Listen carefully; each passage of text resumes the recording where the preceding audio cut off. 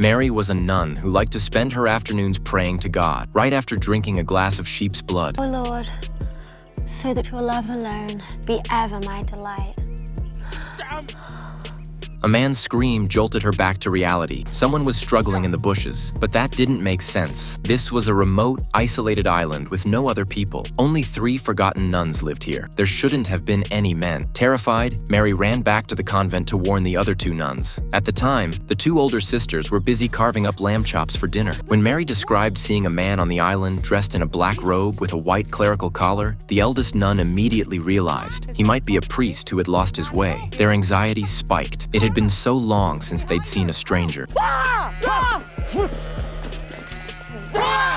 When the man introduced himself as Father Ig and his clothing matched his claim, the head nun finally let her guard down. She introduced him to the other 2 sisters. Father Ig explained he had been sent by the church to inspect and report on abandoned religious properties. This island convent, long forgotten by the church and officially classified as defunct, was on his list. His sudden arrival shattered the decades of peace the nuns had guarded fiercely. He represented everything they'd rejected: modern civilization, male authority, and the church's reach. His presence clashed directly with the ancient religious order the 3 nuns had preserved in seclusion. Unfortunately, Father Ig's phone had died, cutting him off from the outside world. He would have to spend the night on the island. Something brutal was about to unfold on this desolate island. To welcome their unexpected guest, the nuns unearthed a bottle of long-forgotten red wine. They changed into clean robes and prepared a feast. The wine, aged far too long, had lost all its flavor. The nuns, unfamiliar with modern etiquette after years of isolation, didn't use forks or knives. They ate with their hands. During dinner, Sister Sophie asked why he had come. That's when everything took a dramatic turn. The church wasn't just checking on the convent. It planned to tear it down and replace it with a retirement home. Elders from the mainland would come here to live out their final years. That meant the 3 nuns could no longer stay. Once the plan was finalized, they would be forced to leave immediately.